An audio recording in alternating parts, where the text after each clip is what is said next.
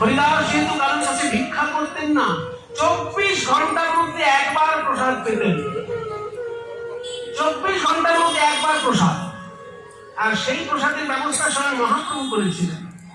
পুরীর যিনি রাজা, তিনি বলেছিলেন জগন্নাথের মন্দির থেকে একটা থালা সরাসরি চৈতন্য দেবের উদ্দেশ্যে যাবে।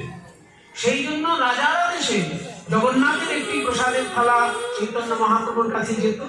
চৈতন্য মহাপ্রভু সেই প্রসাদ গ্রহণ করার পর যেটা বাকি থাকতো সেটা হরিদাস ঠাকুরের জন্য নিয়ে যাও।